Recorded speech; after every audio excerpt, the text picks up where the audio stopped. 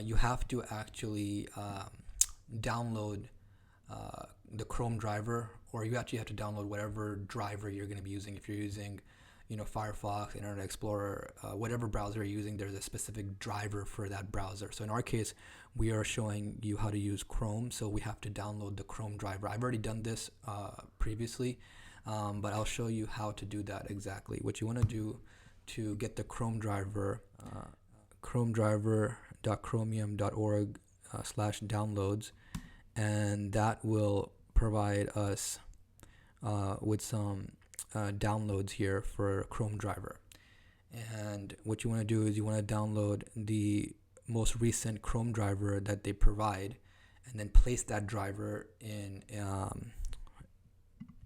a directory that's local on your computer.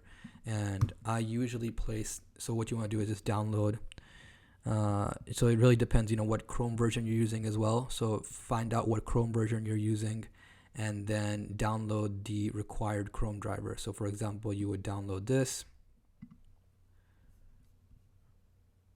for Mac in this case. So you download the Chrome driver, and once you have that downloaded, then all you do is you would place that Chrome driver in user local bin, right? You want to go there, and you can open that up, and then you just place the driver in this directory, in this bin directory or folder,